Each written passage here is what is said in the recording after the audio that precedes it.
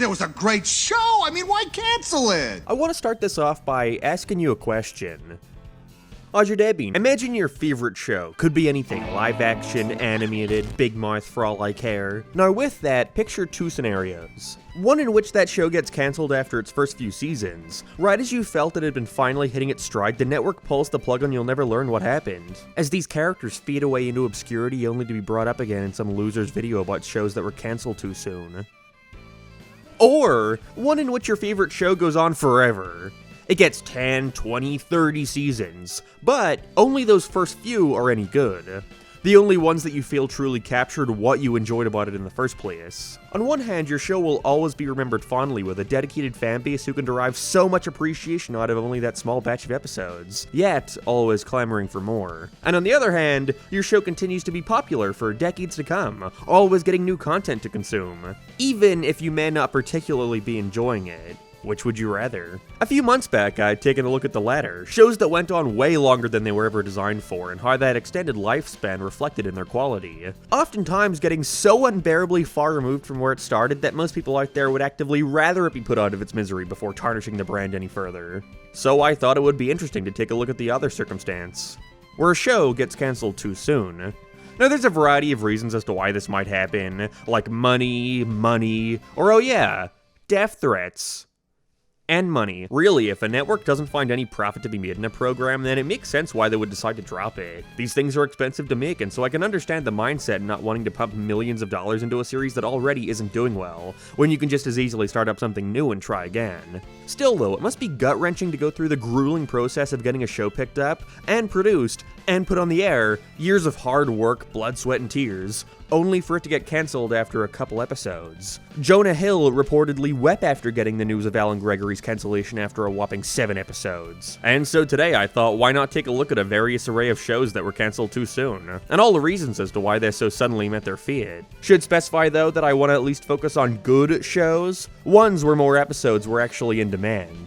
Don't think anyone's clamoring for more Fairview or I don't know, Crapopolis. It's not cancelled yet, but I assure you it's coming. But first, speaking of too soon, something I just could not get over from having lived in America the past couple of years is just how many spam calls you guys get. It's atrocious. You know, AT&T revealed that over 70 million customer records were released on the dark web, with stolen logs even containing the info of every number a customer even texted. So I sure am glad today's video is sponsored by Aura to help protect myself. This video is sponsored by Aura. Aura shows you which data brokers have been selling your info and automatically subs opt-out requests. They'll even give you fast fraud alerts for your bank account or if any other sensitive information has been compromised. Not only does this reduce the amount of spam you get, but also protects you from people who want to use your information to get into personal stuff, again, like your bank account. It's also this perfect all-in-one tool for transaction monitoring, a VPN, antivirus, password manager, parental controls, and way more, all for an affordable price. So stop data brokers from exposing your personal information by going to aura.com/lsmark for a 2-week free trial and see how much of yours is being sold. Again, that's aura.com/lsmark for a 2-week free trial, and thanks Aura for sponsoring this video. Probably the most famous show that was cancelled too soon would have to be Sonic Underground.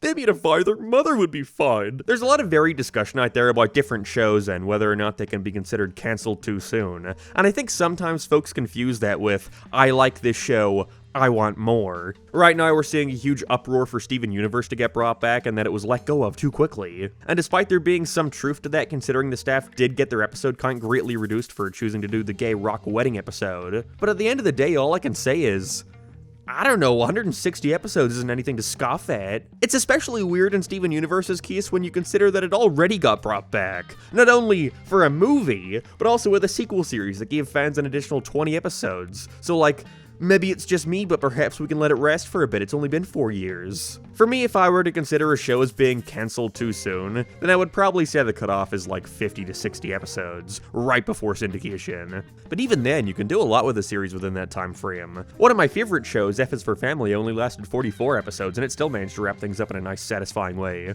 I mean, be happy your American productions don't follow the same episode counts of British series. One of the most successful British sitcoms ever, influenced pop culture there massively, got 2 incredibly successful theatrical films, and was so popular the Americans unsuccessfully tried to remake it. 18 episodes. And we were happy to have that. Even better example, isn't it insane to consider Mr. Bean the most transcendent piece of media ever? A show that is insanely timeless and beloved all over the world. Only has 14 episodes. Like, what? I feel like I watched a million of these as a kid. How does the animated series have 10 times that? Nickelodeon are infamous for canceling their cartoons too soon, with SpongeBob being such a massive success and becoming quite possibly the most recognizable mascot of the 2000s. It's often stated that the network will be quick to can whatever new show comes out that can't manage to rise to the heights of SpongeBob. Which of course is stupid, as SpongeBob was in no way an overnight success. But now more than ever, these corporations are focused on expediting their desired results. So if something isn't immediately resonating with audiences, then it's worthless to them. Despite most shows taking a good number of episodes before gathering a crowd. Some of the biggest Nick cartoons we see folks demand a revival for are My Life as a Teenage Robot and El Tigre. I would put Danny Phantom there, but upon making my giant video on it a few months back, I found out it was actually recently brought back. In book form. While Teenage Robot got a decent 44-episode run along with a TV movie, El Tigre was let go of after a single season consisting of only 26 episodes. I think if I were to try and pin this on anything, it would have to be target demographics. At this point in time, Nick's cartoons were all super broad, teenage girl, teenage boy, adolescent boy, sponge. That having something like El Tigre, which was super stylized, and was injected all over with the sort of stuff its creator wanted to see, perhaps the executives didn't see the potential in something like that compared to their own Mickey Mouse. SpongeBob is popular among all genders and ages, everybody loves SpongeBob. Yet I was an avid watcher of Nickelodeon when El Tigre came out, and can't even remember seeing it on TV a single time. Possibly the most vocal outrage to have come from a Nick series being cancelled, though, would have to be with Harvey Beaks. This charming little show about a bird kid having fun with his two best friends. Created by C.H. Greenblatt, by the way, the guy who made Chowder and even worked on a lot of old SpongeBob. Seems like a recipe for success, right? Show appeared to be doing pretty well too. Nope, cancelled. The main reason this caused such a stir was due to the public announcement made by Greenblatt himself, where he expressed disappointment with the network for so hastily throwing away something he had spent 7 years of his life making.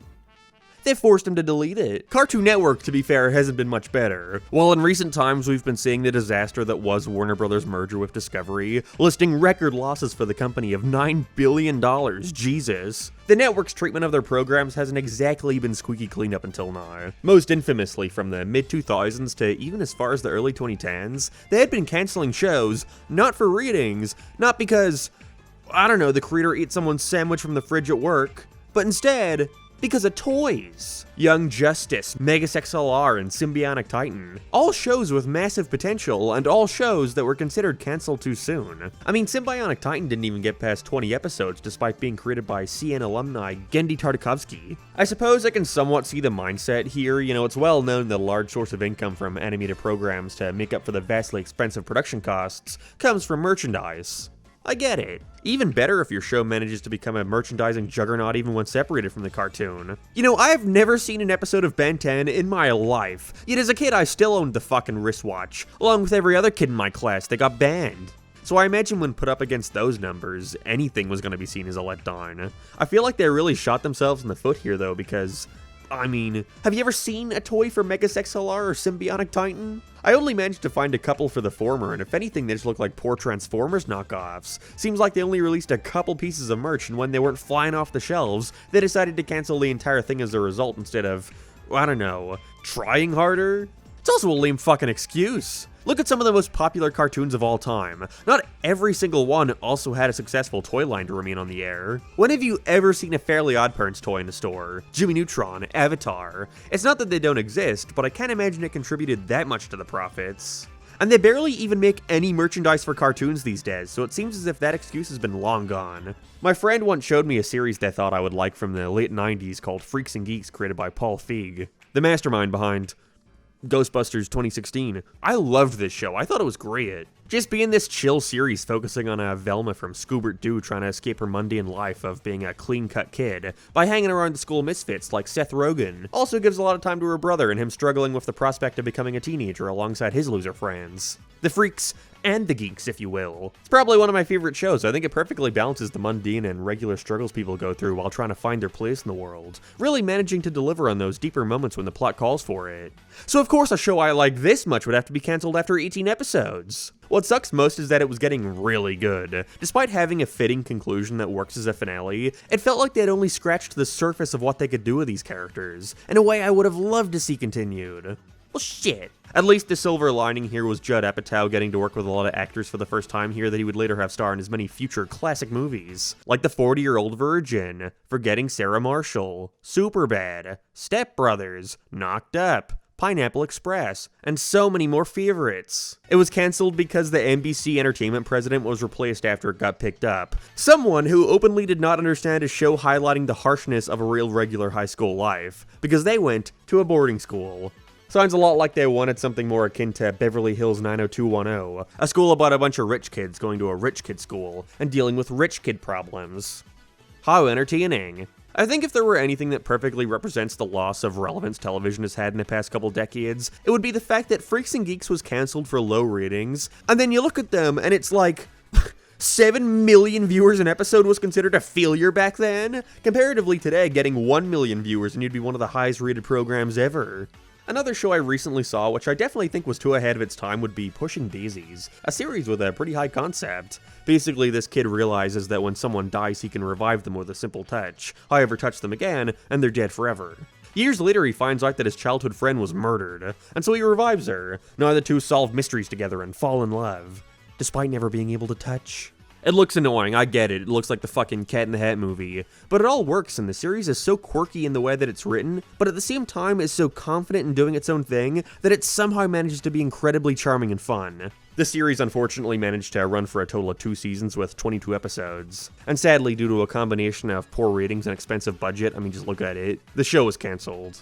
It's a shame because something you'll get while watching the show is that this concept is way more suited for streaming than it is for TV. I think it oftentimes buckles under its requirement to be episodic. There's so many ongoing plot threads and little moments that are referenced again in future episodes, along with the entire will they won't they romance between the two main characters, that you can't help but feel like this is a story that would have caught on way more if it had come out today. So I guess all you can really do is hope that eventually the company who owns it realizes this and gives it a revival.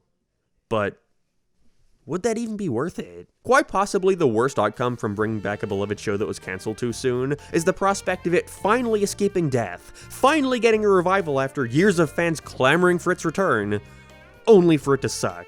This whole journey reminds me of a Beatles song. Okay, that doesn't work because I don't think anybody out there was begging for a Ren and Stimpy revival in 2024. It's gotta be a lot of pressure to bring back a beloved show after years of being off the air. Even if you're lucky to get the same crew back, which is extremely rare, you also gotta consider that what someone makes in their 20s isn't gonna have the same voice as what they're making now in their 40s. Most recently, we saw the revival of Clone High Crash and Burn, one of the most requested cartoon revivals out there, with its original run on MTV getting cut incredibly short with only 13 episodes to its name. Then in 2020, presumably after seeing JFK memes blowing up over TikTok, Warner Brothers decided to pick up the show again for 2 brand new seasons. Then it came out and nobody gave a shit. It just isn't good.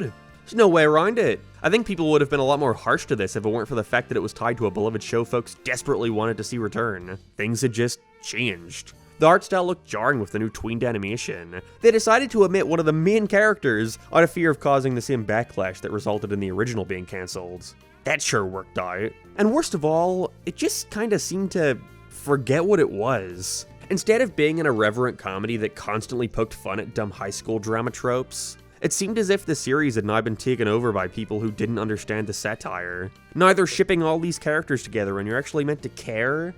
That's not to even mention the new characters. Guess which one's which? Whereas the original series seemed to only make fun of the audience for caring about shit like this, the new series actively revels in it. Also, they really hated Abe for some reason, it wasn't fun to watch. That's why I'm usually apprehensive about a favorite show of mine getting the revival treatment. It's like the ultimate monkey's paw. Sure, there are shows out there that were cancelled too soon. Shows that I wish could have gotten at least one more season, like, I don't know, Wander Over Yonder. Being cancelled right before tackling what would seem to be its most creative and story-driven season yet. But would I want to risk it coming out a decade too late and not living up to the monumental expectations placed on it? I don't think so. Maybe at a certain point it's worth letting good things die. You know, studios, sometimes, just don't, okay? Perhaps. just let it be.